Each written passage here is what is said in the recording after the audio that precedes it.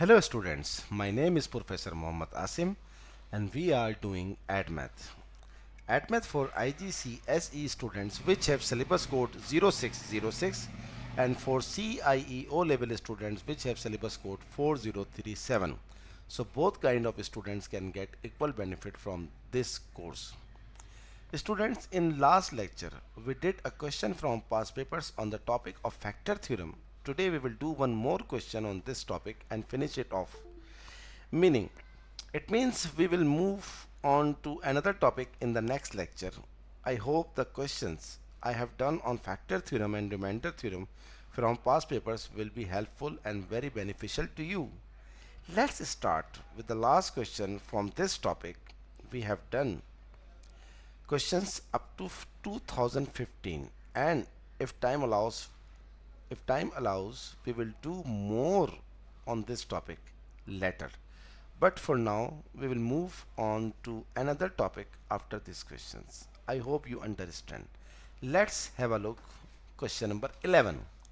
The roots of the equation x cube plus ax square plus bx plus c is equals to 0 are 1, 3 and 3. Show that c equals to minus 9 and find the value of a and of b. This question came in October-November 2015, paper 2-3. Let's have a look. Solution. Given that x cube plus ax square plus bx plus c is equals to 0. In the question, roots are given x is equals to 1, x is equals to 3, x is equals to 3. Write this x is equals to 1 as x minus 1 is equals to 0. Similarly, x minus 3 is equals to 0 and x minus 3 is equals to 0. Combine all these three, you will get x minus 1, x minus 3, x minus 3 is equals to 0. Multiply all these three brackets, you will get x cube minus 7x square plus 15x minus 9 is equals to 0. I hope you can easily multiply all these three brackets. After all, you are AdMath students and further math students. I am talking about EdXL students as well. Assign the name of this equation is equation number 1, and the equation which is given in the question x cube plus ax square plus bx plus c is equals to 0. Assign the name is the equation number 2.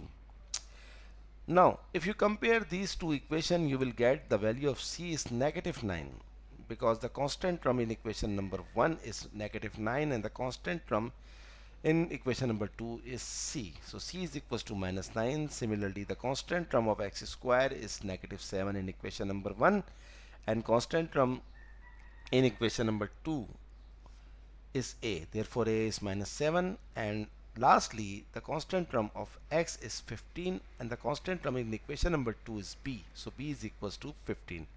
Hence, a is equals to minus 7, b is equals to 15, c is equals to minus 9, negative 9. Very easy question. You can write summary variables a, b, c. A is negative 7, b is 15, c is equals to minus 9. So from today onward, you will see the computerized lecture in word format. It will really helpful to you. This is our today's class. I will start next topic in next lecture. Good luck for next lecture.